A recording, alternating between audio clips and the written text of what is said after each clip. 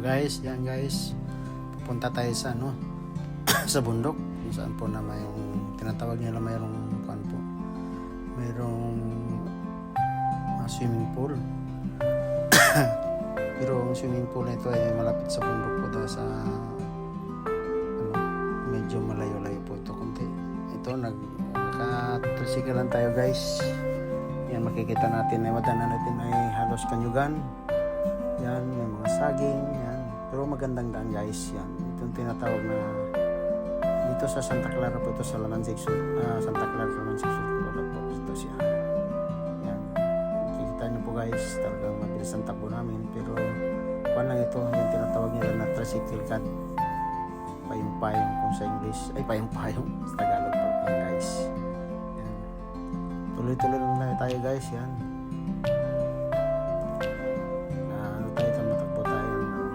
Dahan lang po kasi halos na mamasya lang naman po tayo. Yan. Padan natin yung mga kanyugan po, maraming kanyugan yan. Padan natin yan.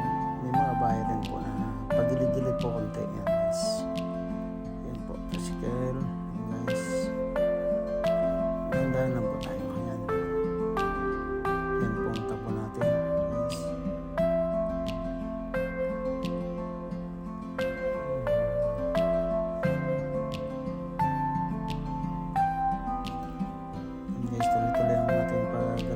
Po papunta sa sa swimming pool po, kung saan po ng swimming pool po nito ay ang sabi nila ay sa malapit sa tuktok ng bundok po yung swimming pool ito. Napaligiran ng kakahuyan ito, malantay sa river. Yan, ang river po ay medyo kay low tide po ang river yan. Tsaka walang ulan ngayon. Yan guys, maganda ang panahon. Ganda ng mga puno, green talaga ang mga dadaanan natin. Talagang mga puno berde na berde po ang kulay po guys. Yan, may mga baka pa guys. Yan, ito panawalang ilog na naman po. Yan. Yan guys, ito ay mayroon na naman po, mayroon pa yung tulay. Tuloy tayo guys. Tuloy tayo guys.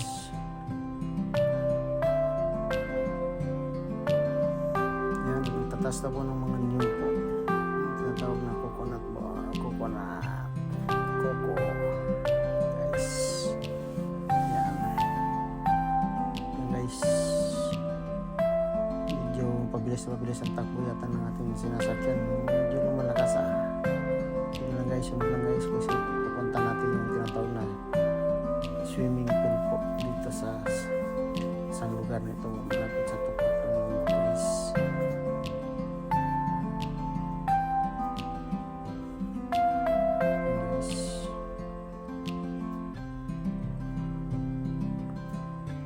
Uy, bilis yun. Sige lang guys, tuloy-tuloy lang. Kita natin ang daan maganda dahil po halos ay kakawin nito po sa right side po natin ay ay makikita natin ito po yung taniman po ng mga farmers po. Umpisa sila natin ng palay kung saan po malinis na po at ready to plant na po itong rice field po ito. Yan.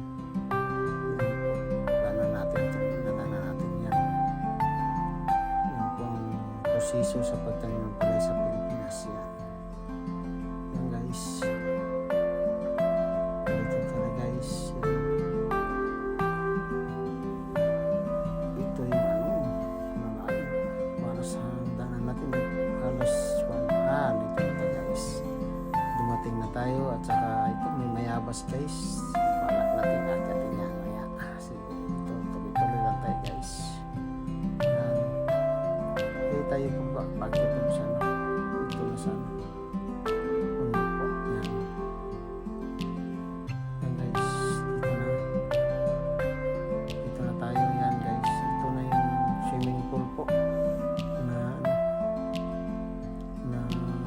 tuloy-tuloy lang agos ang tubig at saka sa kabila po ay running water po ang tawag dito.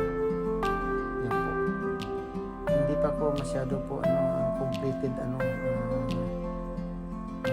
naayos po. Tsaka dahan-dahan po sila gawa ng swimming pool po. Pero ito na yung pauna nila, mahaba siya at saka malalim po. Yan. Yan po guys. Yan, may tubig na lumalabas tapos tuloy-tuloy lang ako sa kabila po. Yan guys. Kita natin yung swimming pool. Ito po ay napalagiutan ng bundok. Yan.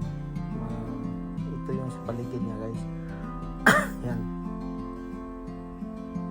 Yan sa paligid niya yan. Yung mga tanim. Hindi pa masyado develop po ang area. Yan guys. Kasi kung develop pa may kasingitan. Hindi pa po. Tumadaanan po ng mga baka. Yan. Ito yung pagdaanan natin. Huli lang po natin para exciting po. Yan guys.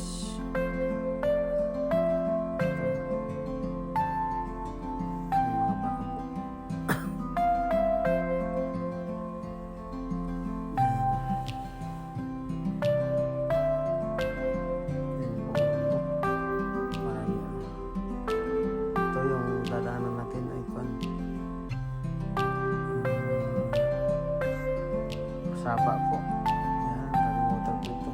Malinaw po ang tubig. Yan. Yan po. Malinaw, tubig. Maganda ngayon po dahil hindi masyado, hindi umulan at saka mababaw pa ang tubig. Pero pag umulan po, talagang bumabaha o dito. Malakas po ang agos ng tubig. Hindi wala po makadaan po kaya hindi po makapunta dito sa swimming pool. Ito yung pagpapunta pa lang namin kanina. Yan guys. Yan. Yan, ito na po yung ito na po yung bundok kung saan po dumating kami yan guys.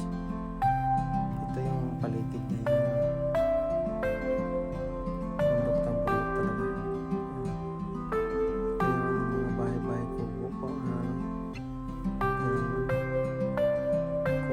Stay po kayo dito ng one night, gano'n pwede rin po. Yan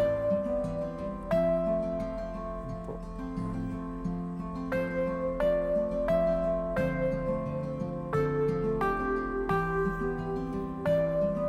Yan guys, yan makikita nyo. Yan po ang swimming pool. Malinis po kasi running water po yan. Ito yung kanilang kubo. Kung gusto nyo may take one night to 2 nights or 1 week po.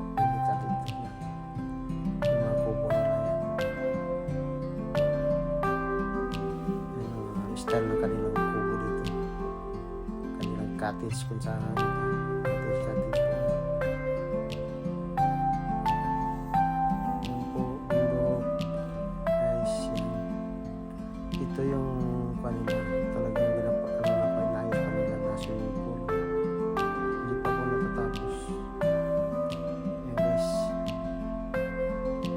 ito yung paligid niya under napadibili pa po. Dahan-dahan lang daw ang pag-bilip nito. Yan guys. No smoking pa. Bawal pong manigarilyo ito. Ihaw-ihaw din kayo dito. Ito yung mga waiting shed po. Meron silang ganyan. I-rent po rin yan. Pa-rent po.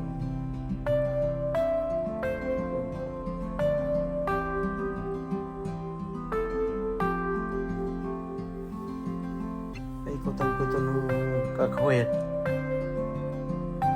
At bundok guys. Yan. Yan. Ito yung swimming pool na para pang bata pero not yet finished po. Na ano pa nila.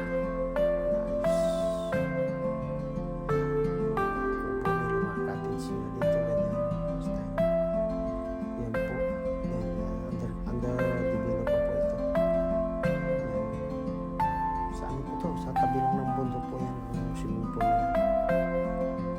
Running water pang ginagamit. Tuloy-tuloy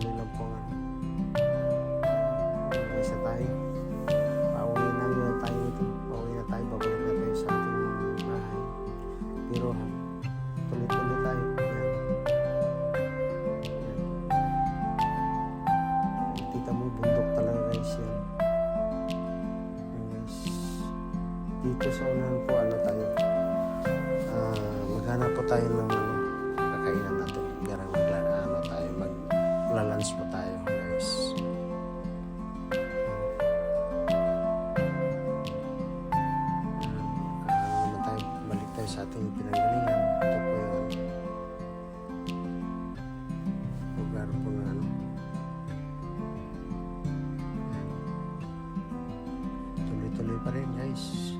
Kasi naganap tayo ng restaurant natin makakainan guys. Tinadaanan natin Calentulay. Ito na yung restaurant natin pagkakainan, pero hindi natin pinakita. Ito yung kanyang bubong po guys. Yan guys. Dito guys, yan. Parang decoration po. Decoration yan guys. Yan.